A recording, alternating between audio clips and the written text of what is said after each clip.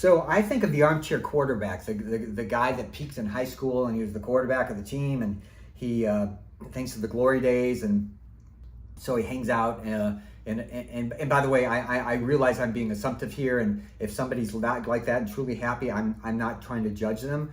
But the armchair quarterback he's 50 and he's still hanging out with the same crew from high school, and he's still living in the same town, and his whole career was based on who he was in high school. That can be a very pleasurable life, but not a very growth-oriented life. So it's somebody who doesn't expand in life, and I'm all for people expanding and having experience and evolving in the time we have here. So comfortable oftentimes means we're living in the past. So our brain, and I might have mentioned this, I believe I mentioned it, is the brain likes what's known. So the brain doesn't like what's unknown, but that's where the growth occurs, is the unknown. If we forge into the forest, that's how we expand our experience. If we're always relying on what we've already done, then we in essence are living in the past, because we're just perpetuating what's already occurred. As far as the second part of the question, does optimism towards the future create problems?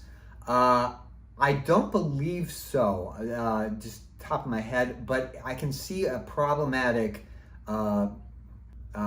consideration that we might have to make, and that is if we set.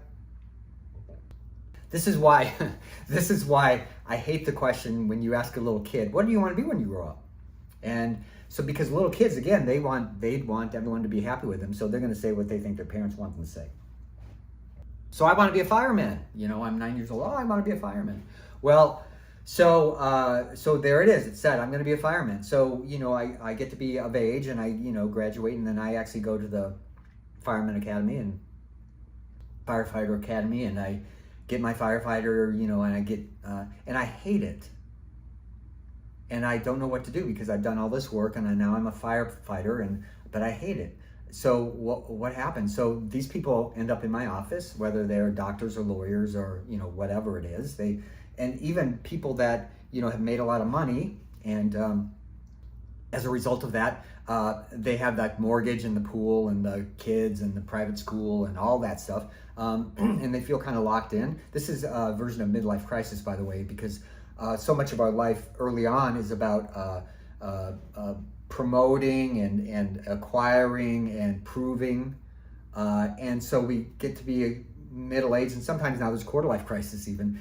We get to a certain age and we start questioning it. So if I said I was 9 years old, I said I was going to be a firefighter, and because the expectation was there, and I tell myself I'm therefore going to be a firefighter, I have the right to change my mind. So a lot of people walk into practice, they're doctors, lawyers, or firefighters, and I asked them, I said, when did you make that decision? And they said, when I was 9. I said, well, you're basically living your adult life based on the decision of a 9-year-old. So as a result, we need to update the software. We have to get present and say, hey, what is meaningful to me? Because again, like I said, meaningful leads to happy, right? And then usually, if it's meaningful and you're happy, then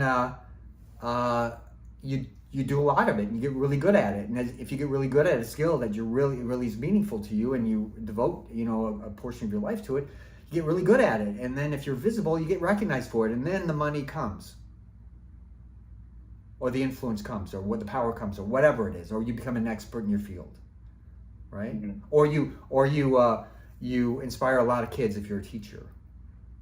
So whatever that good result is that supports the happiness comes from finding meaning and purpose.